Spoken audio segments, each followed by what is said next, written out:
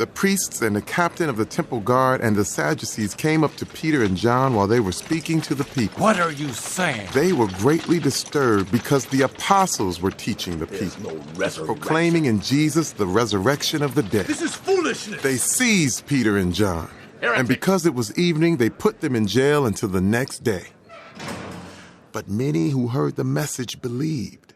So the number of men who believed grew to about 5,000. The next day, the rulers, the elders, and the teachers of the law met in Jerusalem. Annas, the high priest, was there, and so were Caiaphas, John, Alexander, and others of the high priest's family. They had Peter and John brought before them and began to question them. By what power or what name did you do this? Then Peter, filled with the Holy Spirit, said to them, Rulers and elders of the people, if we are being called to account today for an act of kindness shown to a man who was lame and are being asked how he was healed, then know this, you and all the people of Israel. It is by the name of Jesus Christ of Nazareth, whom you crucified, but whom God raised from the dead, that this man stands before you, healed. Jesus is the stone you builders rejected, which has become the cornerstone. Salvation is found in no one else, for there is no other name given under heaven by which we must be saved. When they saw the courage of Peter and John and realized that they were unschooled, ordinary men, they were astonished and took note that these men had been with Jesus. But since they could see the man who had been healed standing there with them, there was nothing they could say.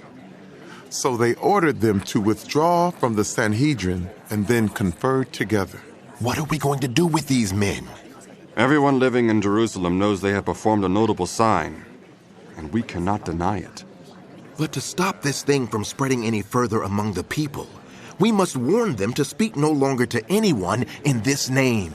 Then they called them in again and commanded them not to speak or teach at all in the name of Jesus. But Peter and John replied, Which is right in God's eyes, to listen to you or to him? You be the judges. As for us, we cannot help speaking about what we have seen and heard. After further threats, they let them go. They could not decide how to punish them because all the people were praising God for what had happened. For the man who was miraculously healed was over 40 years old. On their release, Peter and John went back to their own people and reported all that the chief priests and the elders had said to them. When they heard this, they raised their voices together in prayer to God. Sovereign Lord, you made the heaven and the earth and the sea, and everything in them. You spoke by the Holy Spirit through the mouth of your servant, our father David. Why do the nations rage and the peoples plot in vain? The kings of the earth rise up, and the rulers band together against the Lord and against his anointed one. Indeed, Herod and Pontius Pilate met together with the Gentiles and the people of Israel in this city to conspire against your holy servant Jesus, whom you anointed. They did what your power and will had decided beforehand should happen. Now, Lord, consider their threats and enable your servants to speak your word with great boldness. Stretch out your hand to heal and perform signs and wonders through the name of your holy servant, Jesus. After they prayed, the place where they were meeting was shaken, and they were all filled with the Holy Spirit and spoke the word of God boldly. All the believers were one in heart and mind. No one claimed that any of their possessions was their own, but they shared everything they had. With great power, the apostles continued to testify to the resurrection of the Lord Jesus. And God's grace was so powerfully at work in them all that there were no needy persons among them. For from time to time, those who owned land or houses sold them, brought the money from the sales and put it at the apostles' feet, and it was distributed to anyone who had need. Joseph, a Levite from Cyprus, whom the apostles called Barnabas, which means son of encouragement, sold a field he owned and brought the money and put it at the apostles' feet. The book of Acts continued. Now a man named Ananias, together with his wife Sapphira, also sold a piece of property. With his wife's full knowledge, he kept back part of the money for himself, but brought the rest and put it at the apostles' feet. Then Peter said, Ananias, how is it that Satan has so filled your heart that you have lied to the Holy Spirit and have kept for yourself some of the money you received for the land? Didn't it belong to you before it was sold? And after it was sold, wasn't the money at your disposal? What made you think of doing such a thing? You have not lied just to human beings, but to God. When Ananias heard this, he fell down and died. And great fear seized all who heard what had happened. Then some young men came forward, wrapped up his body, and carried him out and buried him. About 3 hours later, his wife came in, not knowing what had happened. Peter asked her, Tell me, is this the price you and Ananias got for the land? Yes, she said. that is the price. Peter said to her, How could you conspire to test the Spirit of the Lord? Listen, the feet of those who buried your husband are at the door, and they will carry you out also. At that moment, she fell down at his feet and died. Then the young men came in and, finding her dead, carried her out and buried her beside her husband. Great fear seized the whole church and all who heard about these events. The apostles performed many signs and wonders among the people, and all the believers used to meet together in Solomon's colonnade. No one else dared join them, even though they were highly regarded by the people. Nevertheless, more and more men and women believed in the Lord and were added to their number. As a result, people brought the sick into the streets and laid them on beds and mats so that at least Peter's shadow might fall on some of them as he passed by. Crowds gathered also from the towns around Jerusalem, bringing their sick and those tormented by evil spirits, and all of them were healed. Then the high priest and all his associates, who were members of the party of the Sadducees, were filled with jealousy. They arrested the apostles and put them in the public jail. But during the night, an angel of the Lord opened the doors of the jail and brought them out. Go, stand in the temple courts, he said, and tell the people all about this new life. At daybreak, they entered the temple courts as they had been told and began to teach the people. When the high priest and his associates arrived, they called together the Sanhedrin, the full assembly of the elders of Israel, and sent to the jail for the apostles. But on arriving at the jail, the officers did not find them there. So they went back and reported, We found the jail securely locked, with the guards standing at the doors. But when we opened them, we found no one inside. On hearing this report, the captain of the temple guard and the chief priests were puzzled, wondering what this might lead to. Then someone came and said, Look, the men you put in jail are standing in the temple courts teaching the people. At that, the captain went with his officers and brought the apostles.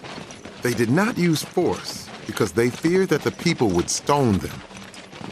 The apostles were brought in and made to appear before the Sanhedrin to be questioned by the high priest. We gave you strict orders not to teach in this name, he said. Yet you have filled Jerusalem with your teaching and are determined to make us guilty of this man's blood. Peter and the other apostles replied, We must obey God rather than human beings.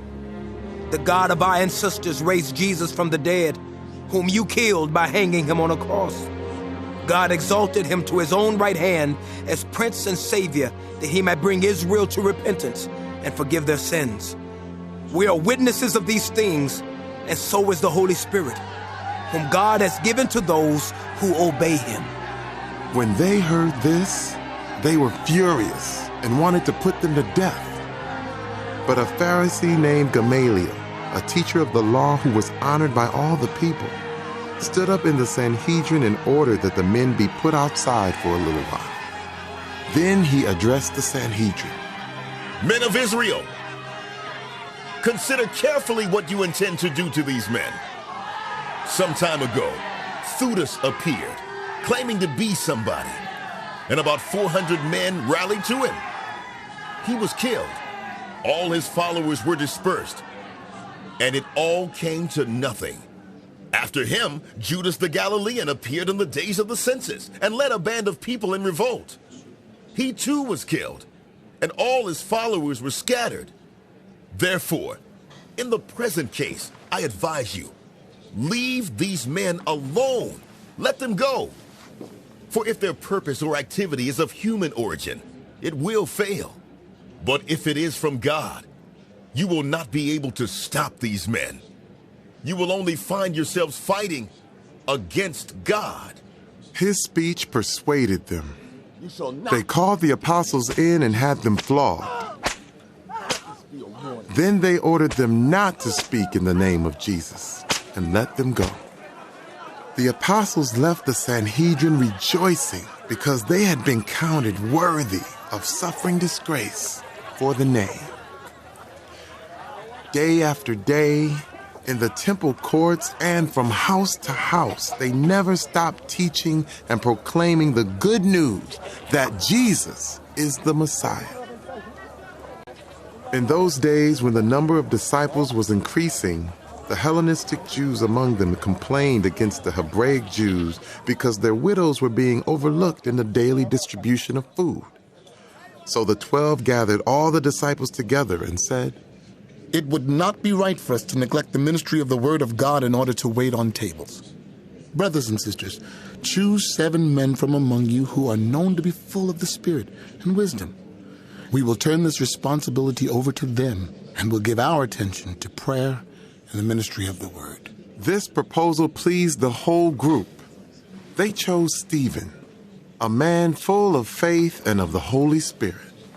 Also Philip, Prochorus, Nicanor, Timon, Parmenas, and Nicholas from Antioch, a convert to Judaism.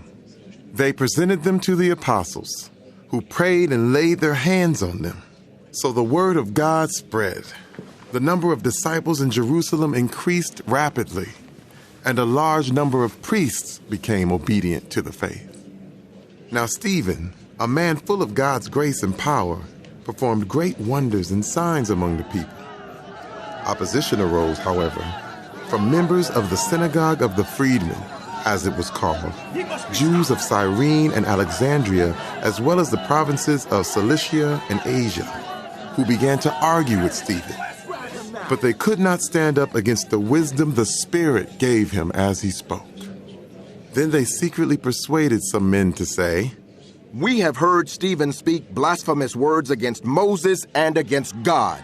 So they stirred up the people and the elders and the teachers of the law. They seized Stephen and brought him before the Sanhedrin. They produced false witnesses who testified, "This fellow never stopped speaking against this holy place and against the law. For we have heard him say that this Jesus of Nazareth will destroy this place and change the customs Moses handed down to us." All who were sitting in the Sanhedrin looked intently at Stephen, and they saw that his face was like the face of an angel.